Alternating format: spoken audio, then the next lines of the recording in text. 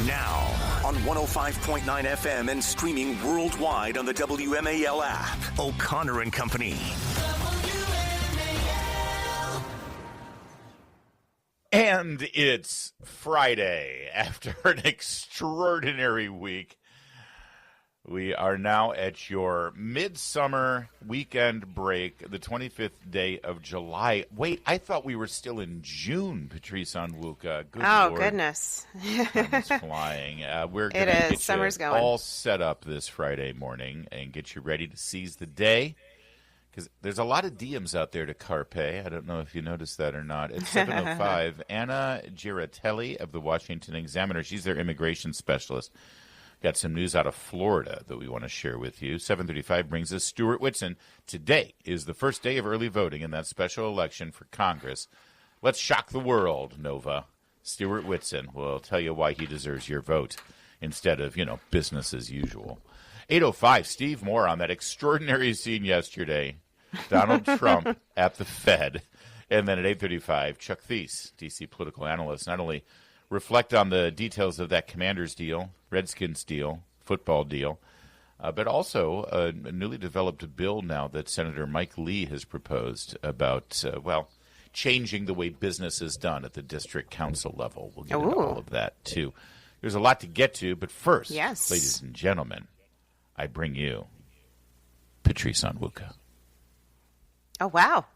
What an introduction. It was super dramatic, wasn't it? I was wondering, we have a special guest? Oh, well, happy Friday, everybody. It's good to be back again. I was just here yesterday. When you start your nightclub act, you have to have me be your intro. Well, a nightclub is not really my scene, You know what? We'll work on it. I think, I've never heard you sing. Let's go. Because I can't. I sing for Jesus, and it sounds good, in church, but that's about it. I only sing for Jesus. Boy, talk about a command performance. Yes, I got to go. Oh, can we talk about my afternoon yesterday? Yeah, let's do it. Yeah, what were you up to? I was over at the White House yesterday because friend of the program. I think everything's now public now. We can announce it all. He's official. He's sworn in. I was there with Julie Gunlock was there with her fabulous family. Terrific. At the treaty room across the street or across the alley from the White House at the old executive office building. It was the official swearing of our brand new Deputy Director of National Intelligence. Tulsi Gabbard's number 2 is in place. His name is Aaron Lucas. I think you know him, Patrice. I do. That so happens to be the husband of the president of Independent Women's Forum, or Independent Women. Right. My boss. Carrie Lucas, who is also Carrie a friend Lucas. of the program and very well known to our listeners as well, not just as a guest, but as a frequent guest host as well. Carrie Lucas's husband is your new Deputy Director of National Intelligence. He's worked on various missions overseas and at various embassies. I first met Aaron, I guess around the same time I met Carrie, but I actually met him. When we met, we realized that we both were good friends and colleagues with Rick Grinnell, Ambassador Rick Grinnell. Yeah. And he had been stationed in Germany with Ambassador Grinnell, and I've known Ambassador Grinnell for many years, going all the way back to my time in Los Angeles. And so very cool to see Aaron, who has been going through the confirmation process, which is arduous. And by the way, it sort of shines the light on the fact that there are so many vacancies still. Yes, that's Here we are, in the 7th month now of the new Trump administration, just 5 days into the 7th month. And only now, yesterday, was Tulsi Gabbard's number 2 sworn in officially. The confirmation vote was on Tuesday, 51-46 for Aaron Lucas as the Deputy Director of National Intelligence. And it took that long. And that's remarkable. That's the number 2 at the ODNI. Think about all of the other political appointments that are just sitting there waiting that still have not been confirmed. It's insanity. Absolute insanity. But it's thrilling that, listen, when I talked to him after the swearing in, I was like, well, you picked quite a week to join the team officially. Because look at everything that Tulsi Gabbard's been in the middle of. Well, I mean, congratulations, number one, to Aaron and to Carrie and the whole family. They have a big, beautiful family with lots of kids, and it's just wonderful to see.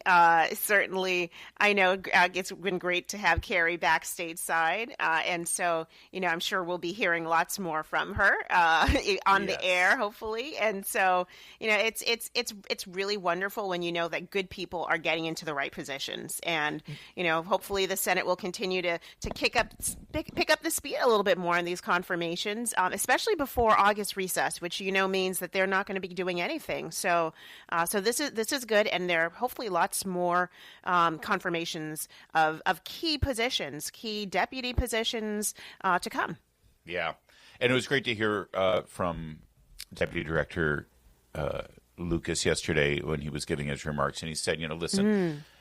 It's just been an extraordinary journey, and it's so great that the American people saw fit to bring President Trump back into office. And President Trump is really the only man who can reform our intelligence agencies. And I think that we've learned this week that there's definitely some reforms needed there, and some a lot of cleaning up to do. And I am comforted to know that Aaron Lucas is part of the team that's going to be cleaning that up. And we just need to get the rest of these appointments done. The Senate is about to go into recess, and I think the only solution here is that the White House needs to start doing recess appointments and filling those slots and getting people in place so that they can vote. It's really incredible if you think how much has been done and how many promises have been fulfilled and how much the country has been put on the right track, considering he's had kind of a skeleton crew. And you cannot blame the administration for this, because they had a lot of their ducks in a row. I'm not saying all the appointments were done, but they had a ton done early on. This is the Senate dragging their feet. This is the process over in the Senate that is just upside down. It's remarkable. I'm on the White House's website right now looking at the list. It is a long list from the National Labor Relations Board, inspector generals, for different agencies. This is what needs to get done. And at the same time, though, we're watching the reforming of a lot of different agencies. It's the scaling down, the dispersing of agencies out into the field, like the Department of Agriculture, which is going to be sending a lot of the D.C.-based employees out to the rest of the country, which actually makes a lot of sense considering this is about agriculture. And I'm sorry, but this area should not be the hub for agriculture for the nation. You know what I mean? So we're seeing a lot of things that are, I think, over the next year are really going to be transformational as these appointments get in place. Yeah, we just got to get it done. And also really fun to bring my son. I don't talk about EJ too much on the air, but my youngest is with me all summer long. Of course, he just graduated high school, and EJ's on the autism spectrum. He doesn't have fully developed speech. He can utter some words now and again, but we use extraordinary methods of communication usually. And he's never been on the grounds of the White House before. Of course, most people haven't, and it was pretty cool. Pretty cool. He was a little overwhelmed by it all, and at one point we were in the treaty room, and we just went over to the window to just look at the White House. And I caught him sort of standing there looking out at it. And it's like, so you know who lives there, right? And he goes, yeah. It was just kind of a cool moment. Never take for granted that we live in this extraordinary place that we live in. And I was reminded of that when I took my two little boys to the White House for the Easter egg roll. And, they were on the White House grounds, and we miss Mr. President Trump, but it is a huge blessing to be able to do things like this and to bring your son to the White House grounds. It were just remarkable. So when I moved here, I made promise myself that I would never get so jaded that I wasn't overwhelmed in awe by the madness. Not the people who the politicians don't impress me. But the institution of Washington, D.C., the buildings, the monuments, the memorials, when I drive downtown, I still look out the window. I still crane my neck. I still want to see all of these legendary, famous spots, one of the most famous spots on the planet. They're stunning and just so historic. Yeah. It is.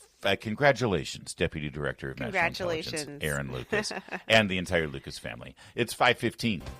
WMAL, making sense of the news. Live from the Home Paramount Pest Control Studios. Home Paramount, the leader in pest control since 1939.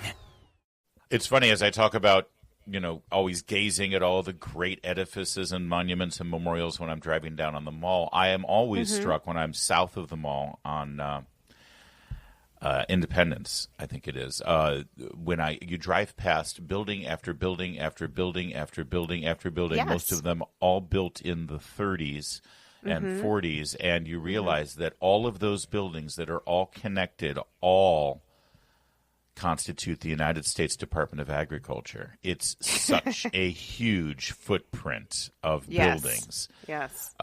Connecting multiple blocks there just south of the mall. And you think, sure, well, it makes sense when those were built back in the 20s and the 30s and the 40s. Agriculture was such a major part of the American economy and the American culture. Agriculture has gone through quite a transformation over the last 50 years, and yet the United States Department of Agriculture has not. It has not changed. In fact, they keep growing and growing and growing, and you've got programs like food stamps and other welfare programs that are funneled through the Department of Agriculture. School lunch programs, I believe. A lot of the feeding programs, through the department. You'd think the Department of Agriculture, it helps our farmers and it helps our plan for, much more than sustainable growth. And it's like, no, it's just a giant government bureaucracy. And one often wonders how all of those thousands and thousands and thousands of people who are supposed to be looking at our agriculture industry and our policies for farming can really be in touch with that issue sitting in the middle of one of America's largest cities in the middle of, they're nowhere near a farm. They're nowhere near farmers.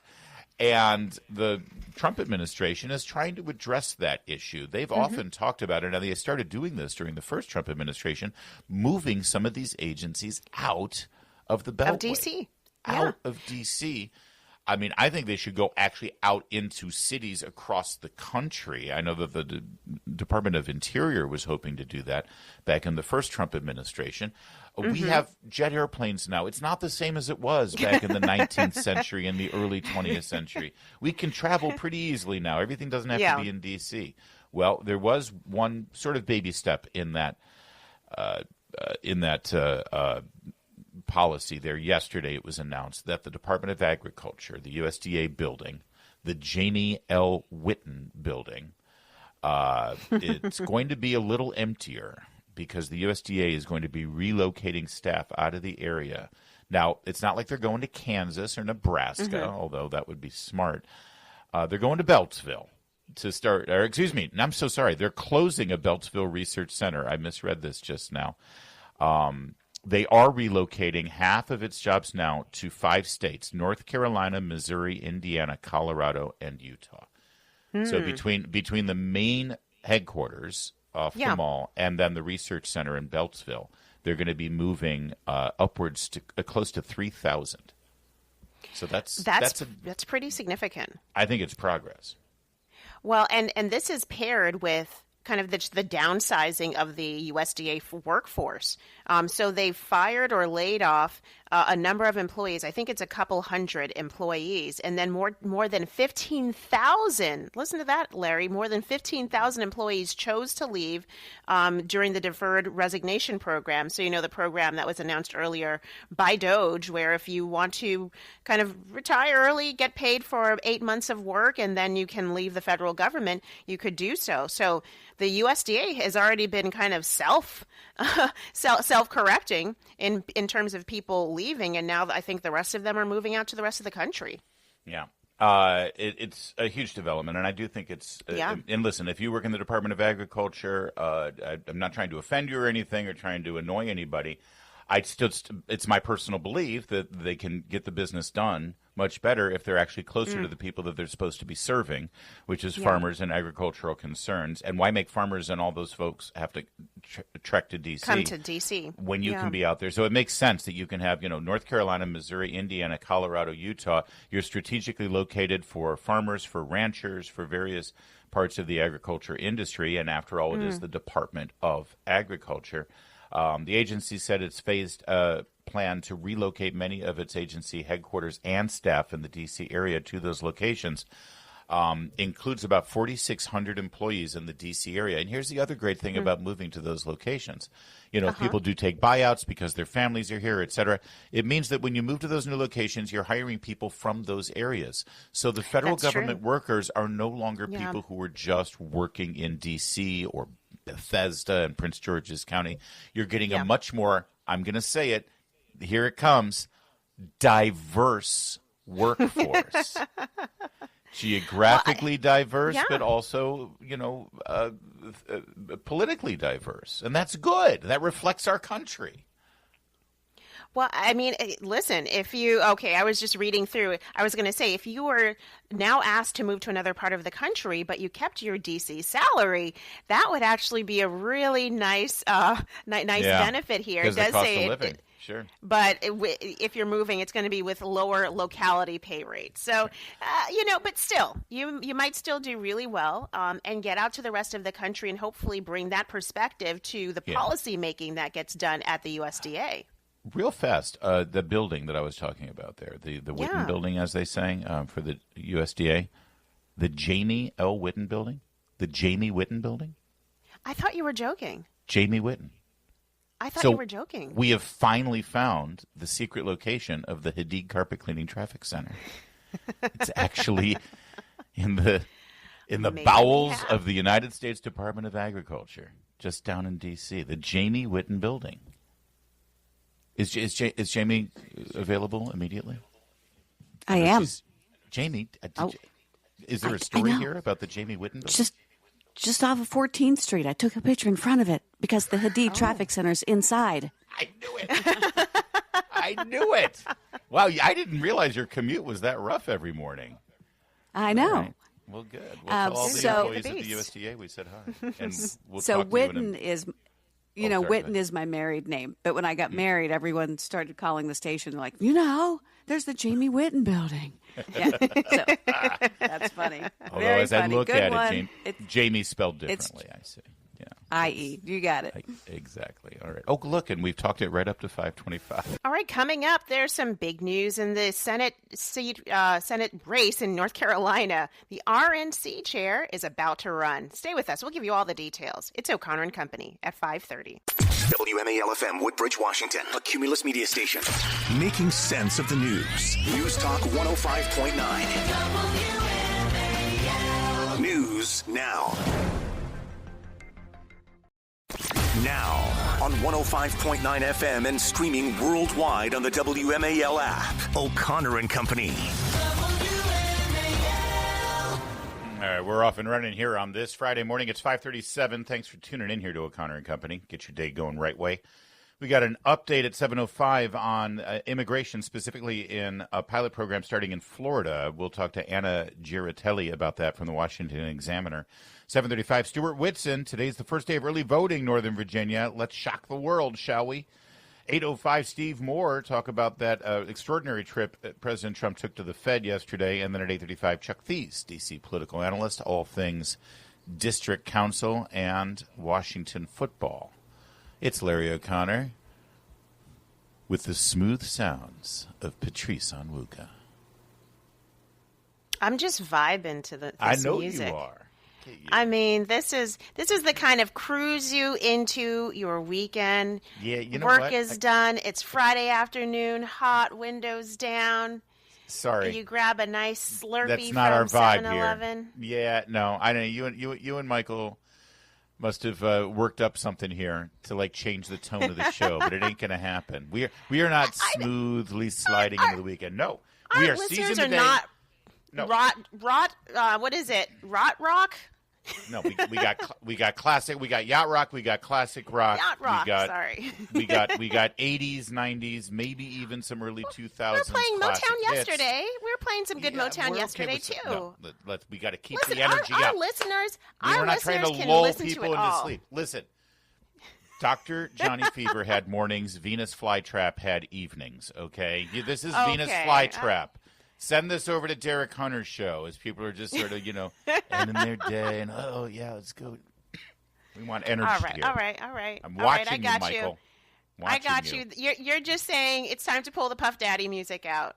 Not P. Diddy. That is Puff Daddy not at era. all what I'm saying. That is saying. what you have just told me. That is what that's what I've translated it as. We have news out of that soon-to-be open seat in North Carolina for the United States Senate. As you know, Tom Tillis has decided to commit political hara-kiri and basically fall on his sword, making here, this is amazing because this will tell you exactly the point I'm trying to make because I have literally forgotten his name. The senator from Arizona, Republican, who decided to go never Trump at the first Trump administration. What was his name now? He was a ginger. But this is my point. He is a forgotten man now. Remember, he got cornered by the activists in the elevator. Everybody in town is now shouting his name at me, I'm sure, at the radio. Hold on. I've got it for you right here. It was Jeff Flake. How could I forget? Jeff Senator Flake, that's right. There you go. So Tom Tillis decided, that Jeff Flake, he really made some good career decisions. I'll be the Jeff Flake of the first 6 months of Trump 2.0. And then, of course, Tom Tillis announced abruptly that he will not be running for re-election. So there's been a lot of speculation. The president's daughter-in-law, Laura Trump, former TV personality from the state of North Carolina. Former, current. Well, I don't think she's on the air at Fox now. She used to be on the air in North Carolina is what I meant. She used to be a local newscaster there. Now she has a Fox show. She has a podcast at the Salem Network. Media personality, well-connected in politics. She's the co-chair of the RNC right now. She announced yesterday, abruptly, that after talking to her family and evaluating her options, she's decided not to run for the Senate seat in North Carolina. Within 5 minutes, the announcement was made that the other co-chair of the Republican National Committee, Michael Whatley, frequent guest on this program, he's also from North Carolina. He had been the state chair there. He is jumping into the race. So that must have been some high-powered, fascinating internal conversations there between these two North Carolina political heavyweights deciding who would get that seat. Laura Trump has deferred. Michael Whatley has jumped in. I doubt he will be challenged for this nomination, considering he's the current chairman of the Republican National Committee. But we'll see. Trump immediately threw support behind Michael Whatley for that seat. That makes a difference, yeah. And, North Carolina is an interesting state. It went for Obama in 2008, and ever since then, people have thought, Democrats have a chance. It was the one state that Mitt Romney flipped from 2008 to 2012, and it actually did narrowly go for Mitt Romney. In 2016, it was seen as a toss-up, but Trump won it going away. Same in 2020. They considered it a toss-up, but it wasn't really close. It went for Trump in 2020. 2024 is what I'm referring to now. In 2020, it did stay for Trump, but it was super-duper tight. And so it has definitely trended back to where it belongs as a red state. But statewide, sometimes Democrats have been able to win. I believe their current governor is a Democrat because the Republican nominee had some scandals and some skeletons in his closet. Yes. So I would think Michael Whatley being a much more a pro-Trump, Trump-friendly, and traditional Republican without any skeletons in his closet, I should suspect he will win that seat. But you never know. You never know about Well, apparently former Governor Roy Cooper plans to enter the race. But this was reported by NBC News, actually 2 days ago. So it's very possible that Roy Cooper, former governor, might want to run for that Senate seat. We'll see if there are any others. But I think the Trump endorsement certainly makes it more difficult for others to make the case that they can win the Senate seat without the president's support behind them, particularly if if they're going to be going up against a pretty compelling Democratic contender. Roy Cooper is a Democrat. He served 2 terms. He was elected, actually, ironically, the same year that Trump was elected president in 2016. So the state went for Trump for president, but went for the Democrat for governor. That's why people consider it closer to a toss-up than a solid Republican or solid Democrat, one way or the other. He also has won statewide in North Carolina as the Attorney General. However, listen, he's a popular guy in North Carolina. And Mr. Whatley is certainly a popular Republican down in North Carolina. I can assure you of this. I won't predict who's going to win. I will predict this. This will be the most expensive Senate race in the history of the United States of America. There's going to be a lot of money flowing into that seat because it could actually change the balance of power in the Senate, potentially 2 years from now. Well, a year and a half from now, I guess, is more accurate. It is 5:44. Hey, it's Chris Plant. Find out what the media don't want you to know. Coming up this morning at 9, right here on WMAL. Oh, boy. Yeah, that's right. Coldplay in the news. And this thing is Is there going. a new It's album, just become, a new song? No, just the concert. Yes, just the infidelity. Oh. Can I tell you, the Navy football I follow the Navy football team pretty closely, of course. Mm-hmm. They're my second. Everyone should have two teams just in case one of them has an off season. So I've got my Michigan Wolverines and now my Navy midshipmen. And Navy was down in Atlanta, I think it was, for the American Athletic Conference Media Weekend here that they're having, and two of the Navy players recreated the Coldplay moment for the press. Oh, boy. Just to go viral. These two guys dressed up in full pads and in their Navy jerseys doing the Coldplay And they're swaying to Yes. music, and then ducking and diving. and then ducking behind the chairs. Oh, look at these two. Yeah. Oh, look at these two. All right. We now have, as you know, the CEO involved in this extramarital affair, this Me Too moment that apparently was not supposed to be seen by the entire planet. He stepped down from his position earlier in the week. Kristen Cabot now, the HR executive, several days after the CEO stepped down, she has now officially resigned from her role. As, by the way, her title, we call her the HR executive. Do you know what the actual title was? This is what I hate about modern companies, modern corporations. It's not enough to call her the vice president of human resources or the manager of human, director of it. No. Here was her title, chief people officer. Oh, come on. What does that mean? Just shut down. Go bankrupt. Sell all your assets. For God's sake, chief people officer?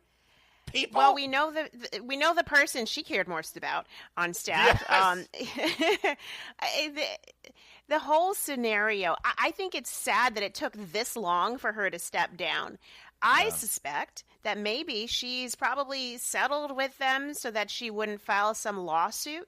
I don't think she just stepped down. I think something was negotiated. On what grounds does she have a lawsuit? She seemed perfectly happy and willing to engage in that inner office romance. Was he not her boss? Did she feel like? I mean, she may have felt. She could make a case that she thought this was the way for her to continue to be the chief people person by pleasing the CEO. I mean, listen, I don't believe that, but what's to stop her from doing that? We've seen this before. You're right. As the chief people officer, she knows full well how to exploit the system and extract whatever they can from the company for what was clearly a voluntary situation. Well, anyway, that should be the end of this. What are they going to do? They're going to start you know what they're going to do? They're going to start a podcast. I'm predicting about it right office now. romances? They're going to start a podcast. Just wait for it. It's 5:53.